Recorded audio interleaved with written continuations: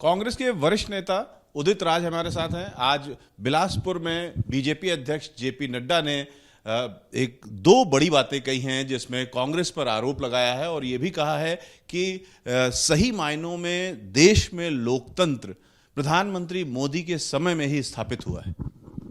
लोकतंत्र सही मामले में 2014 के बाद में ही कमज़ोर होना शुरू हुआ। अगर लोकतंत्र न होता तो न मोदी जी पैदा होते, न जेपी नड्डा पैदा होते, न बीजेपी पैदा होती। तो सही यह है कि 2014 के पहले ही असली लोकतंत्र था, उसके बाद में लोकतंत्र की हालत ख़राब है और दुनिया में मीडिया के रैंकिंग में 142वें पोजीशन पर हम पहुंच गए और जो फ्रीडम ऑफ स्पीच है और जो प्रेस की अपनी इफेक्टिविटी होती है उससे मेजर होता है डेमोक्रेसी का। यहाँ बोलने की आज़ादी नहीं रह गई है, यहाँ सारे के सारे मीडिया के ऊपर नियंत्रण है। इससे अच्छा कोई पैमाना नहीं हो सकता जानने का कि डेमोक्रेसी की क्या स्थिति है। जेपी नड्डा ने आज ये भी कहा कि कांग्रेस जो है उसके न विचार रह गए हैं, न वो राष्ट्रीय पार्टी है, वो केवल भाई बहन और माता की पार्टी रह गई। देखिए, ऐसा है कि आज भी कांग्रेस पार्टी है जो भारतीय जनता पार्टी की विकल्प है। भारतीय जनता पार्टी और कांग्रेस पार्टी दो ही असली रूप से राष्ट्रीय पार्टी हैं। आज भी यह हालत है कि कांग्रेस का कार्यकर्ता हर जगह मिल जाएगा, भले कई जगहों पर सत्ता में नहीं है, लेकिन अभी तक बीजेपी वहाँ तक नहीं पहुँच पाई है। इतनी गहरी जड़ें हैं इसकी कांग्रेस की। कांग्रेस 140 साल की पार्टी है। उन्होंने ये बात कहते हुए ये भी साथ में कहा कि जिन लोगों ने देश पर अपनी बलिदान दिया उनमें से किसी की साख भी कांग्रेस आज नहीं बचा पा रही है। देखिए, ऐसा है कि इनके लोगों ने, इनके पास हीरो नहीं है, इनके पास आदर्श वाले लोग नहीं हैं।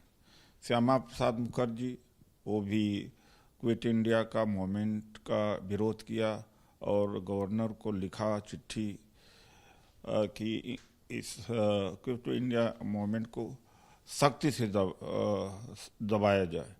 सावरकर हैं, पूरा आरएसएस है, 1942 में अंग्रेज़ों की सेना को मजबूत कर रहे थे, आज़ाद हिंद फौज का विरोध कर रहे थे।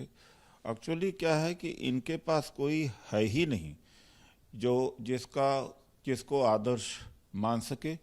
और सावरकर जिन्होंने माफ़ी मांगी थी और अंग्रेज़ों के पेंशन पर थे तो उनको आदर्श मानते हैं, क्योंकि आदर्श के लोग इनके पास है ही नहीं हैं।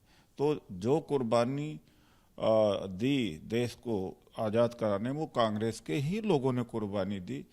तो कभी सरदार पटेल को अप्रोप्रिएट करते हैं। सरदार पटेल अगर आगे जिंदा रहे होते तो आज न जेपी नड्डा होते, न मोदी जी होते। उन्होंने तो आरएसएस के ऊपर प्रतिबंध लगा दिया था। तो सरदार पटेल को भी अपना हीरो मानते हैं। तो इनके पास कुछ है ही नहीं इतिहास में, केवल गद्दारी के अलावा, चाटुकारिता के अलावा, देशद्रोह के अलावा इनके पास कुछ नहीं है इनका जो पास्ट का इतिहास है। हालांकि उन्होंने अपनी पार्टी के लिए कहा कि हम सत्ता हमारे लिए मंजिल नहीं है, बल्कि सत्ता जो है वो जनता की सेवा करने का रास्ता है। सत्ता ही इनके लिए सब कुछ है। धर्म को ढाल बना देंगे, हिंदू मुस्लिम का बहाना कर देंगे और नॉर्थ साउथ इस समय झगड़ा छिड़ा हुआ है। सत्ता के लिए कुछ भी कर सकते हैं। सत्ता के लिए देश को कमज़ोर कर दिया, अर्थव्यवस्था कमज़ोर हो गई, बेरोजगारी फैल गई, महंगाई फैल गई। किसी तरीके से सत्ता में बने रहना, चाहे ईवीएम के द्वारा बेईमानी से चुनाव जीतें, चाहे वोट कटवा के जीतें, सत्ता के लिए ही जिंदा हैं लोग। कैमरामैन राजेश के साथ रविकांत, एबीपी न्यूज़, दिल्ली।